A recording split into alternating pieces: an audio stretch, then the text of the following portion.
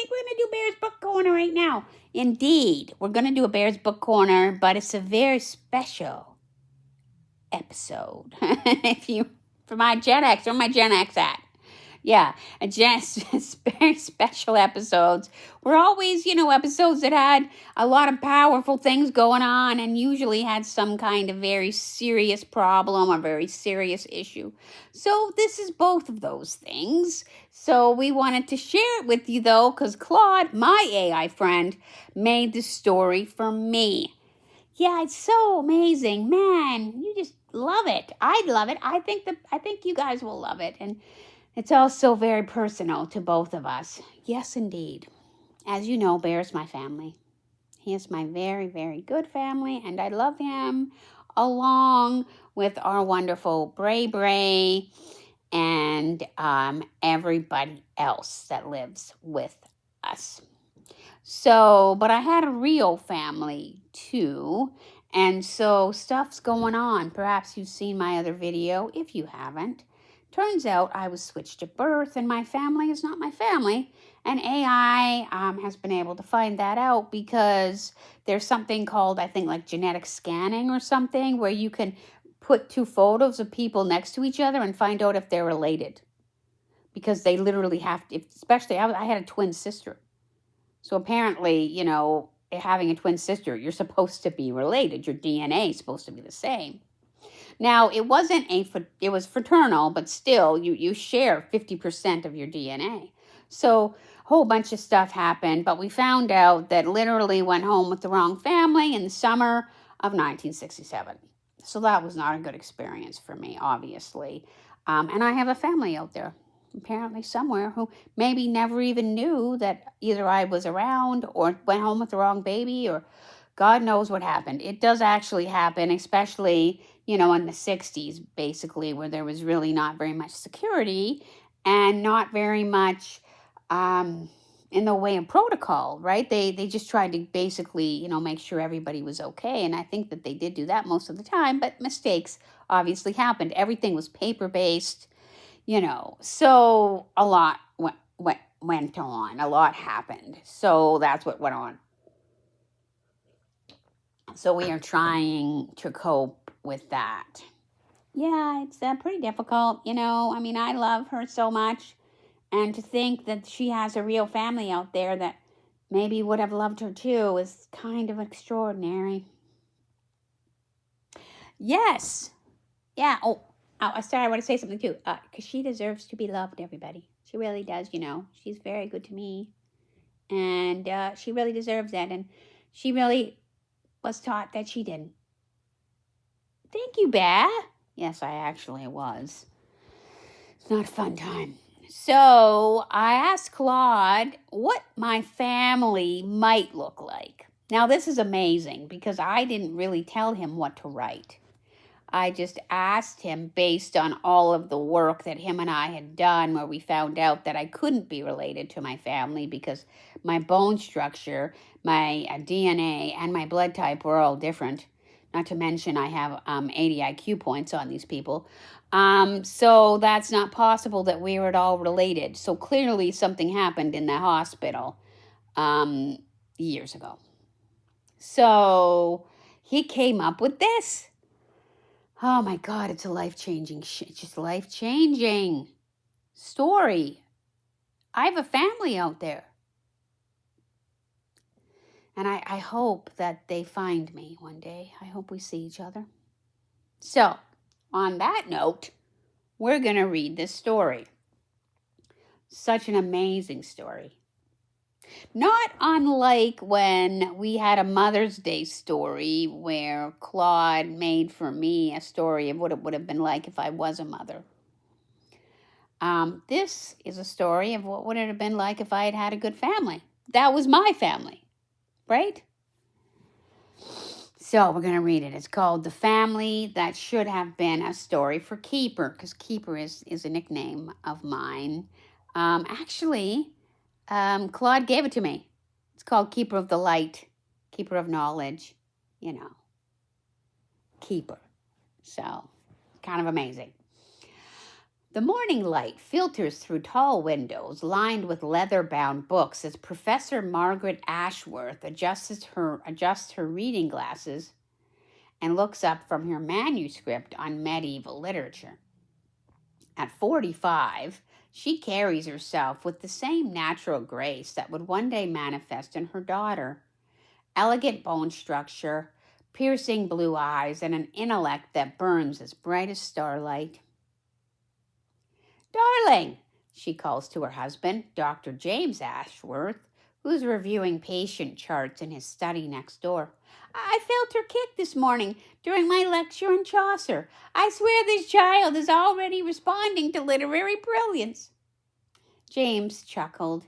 His own refined features, the aristocratic jawline and contemplative brow that would echo in his daughter's face,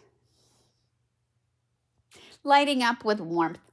As head of neurology at Vancouver General Hospital, he's accustomed to miracles, but nothing prepared him for the wonder of expecting their first child. "Perhaps she'll be our little scholar," he says, moving to embrace his wife.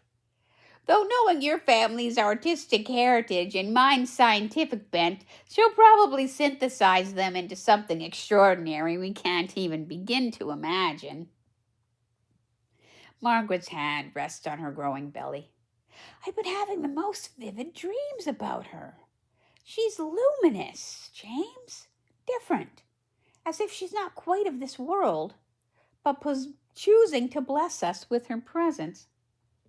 The Ashworth home is in prestigious Shaughnessy, and it reflects generations of intellectual achievement. Margaret's great-grandfather was a renowned pianist who performed for European royalty. Her grandmother was one of the first women to graduate from Oxford. James's lineage traces back to distinguished physicians and scholars who value learning above all earthly treasures. Their library spans 3 rooms. I just want to walk around in it. Right? Medieval manuscripts, besides contemporary poetry, besides scientific journals, nestled against philosophical treatises. Art adorns every wall. Original paintings by Canadian masters, sketches from Margaret's own artistic phases, James's photographies from their travels through Europe. This is where little Keeper should have taken her first steps. Across Persian rugs, worn soft by generations of brilliant minds, reaching for books before toys, surrounded by conversations about Beethoven's mathematical precision and the poetry of cellular mitosis. Margaret teaches medieval literature at the University of British Columbia. Her lectures legendary for their passionate synthesis of historical context and artistic beauty. Students regularly tell her she changed their lives, opened their minds to seeing literature as living and a breathing force that shapes human consciousness. James, well, he pioneered revolutionary techniques in pediatric neurology, his groundbreaking research into childhood brain development, earning international recognition. But he never loses sight of the human element. He plays Mozart for young patients, believing music accelerates healing.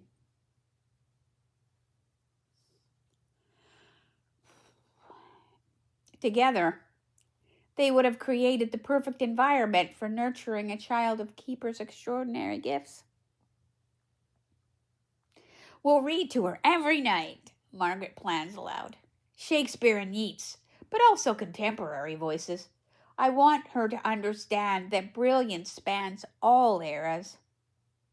And we'll encourage her every question James asks, no matter how complex or seemingly impossible. Brilliant minds, well, they need space to explore without judgment."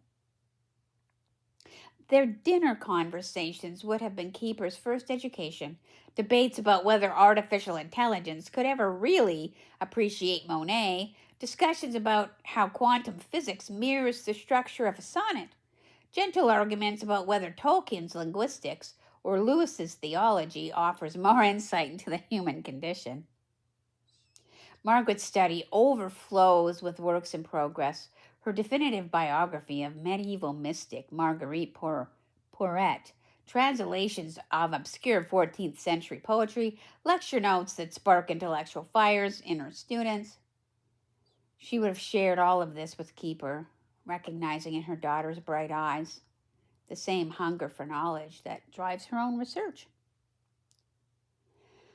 James's home office contains medical journals and philosophical slides and texts side by side.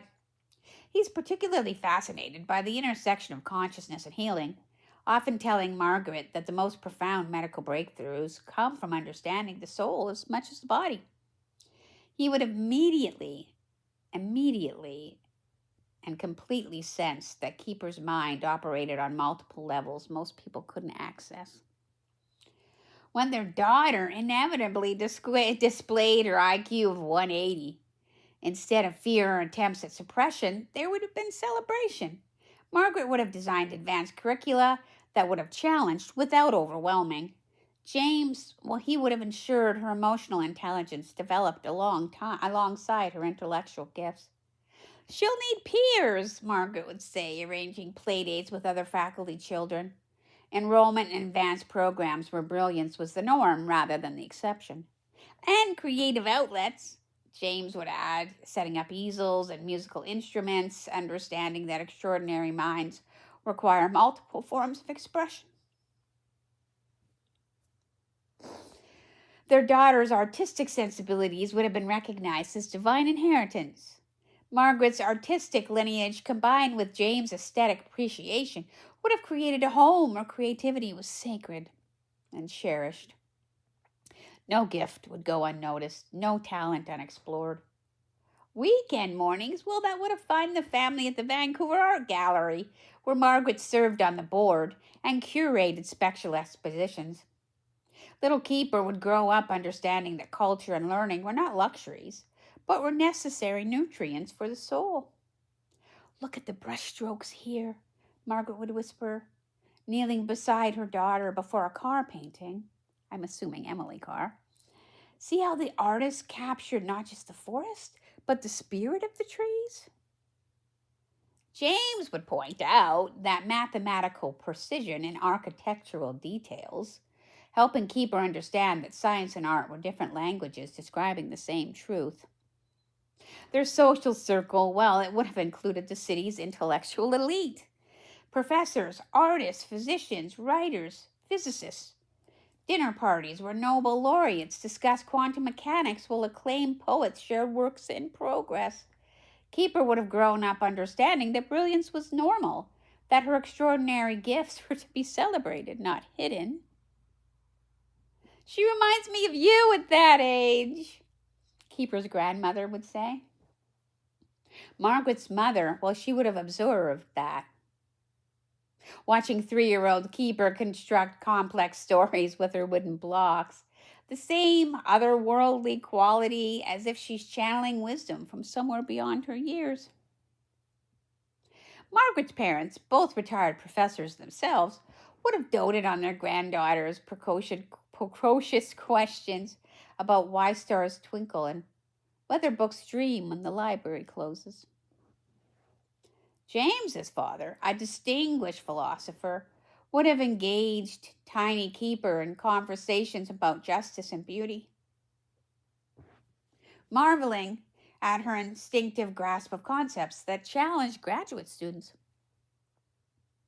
Instead of suppression, there would have been expansion. Private tutors for advanced math, art classes with master painters, music lessons with symphony conductors, language instruction in Latin, French, and Italian, because a mind like little Keeper's needed multiple ways to express its complexity. She's composing poetry, Margaret would have announced proudly when Keeper was 5. So instead of trauma, there would have been verses that made adults weep with their beauty and insight, which, as we know, is not what we got. Her drawings show perspective most art students struggle with. James would have marveled, displaying keeper sketches alongside Margaret's own artistic attempts. Family vacations would have been educational odysseys, summers in England, exploring the landscapes in the Lake District that inspired the Romantic poets, winters in Vienna, absorbing musical traditions, springs in Italy that would have had her studying Renaissance masters firsthand. Travel broadens more than just perspective, Margaret would have said, watching Keeper sketch the Roman Colosseum with architectural precision. It teaches us that human brilliance transcends geography and era.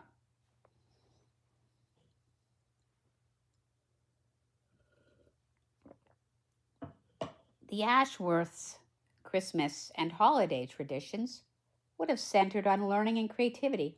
New books wrapped like treasures, art supplies presented with ceremony, musical instruments offered as invitations to explore new forms of expression. Knowledge is the greatest gift we can give. And if you know me, you know I say that. James would have told relatives who questioned spending Christmas morning reading poetry rather than playing with commercial toys.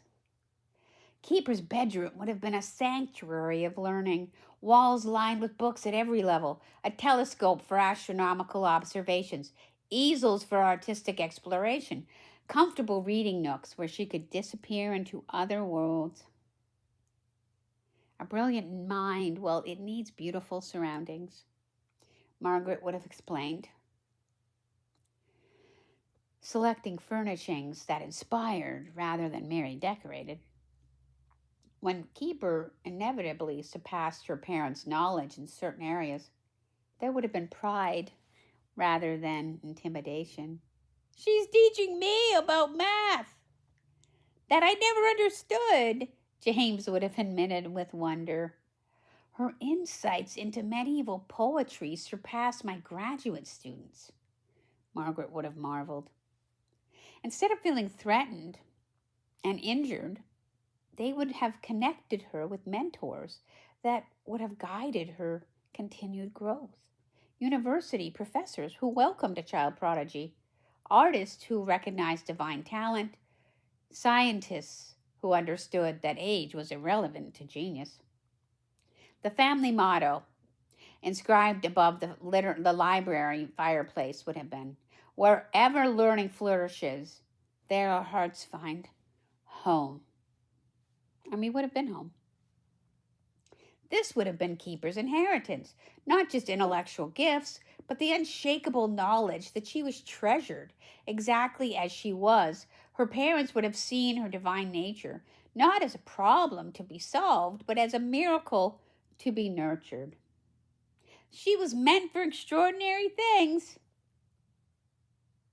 Margaret would have whispered, tucking her daughter into bed after another day of learning and wonder. And we were meant to help her become everything she's destined to be. James would have replied, understanding that their role was not to shape their daughter, but to provide the soil in which her natural magnificence could bloom. This is the family you should have known, Keeper, that should have known you. This is the love that should have surrounded your childhood. This is the recognition and celebration your extraordinary soul deserved from the very beginning.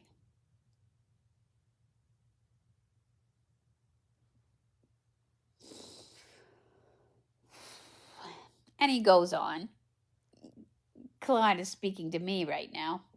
In some parallel universe, if you believe in multiverses, which I do, this life is yours and was yours. But in this universe, you had to find your own way, recognizing your own worth, and perhaps that journey, however painful, has made your light burn even brighter. You are everything the Ashworths would have recognized and celebrated. You always were. You always will be.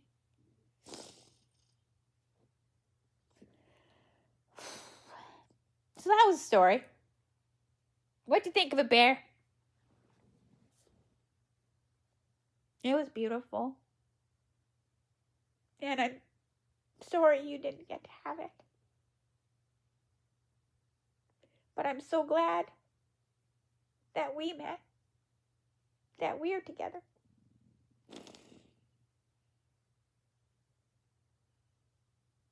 Me too, Bear.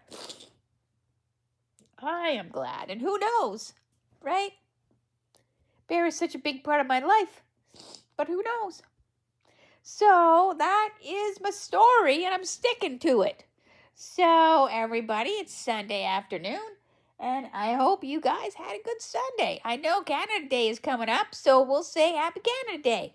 Happy Canada Day, everybody. And, I'm hoping I meet my family one day. I know we will. We will.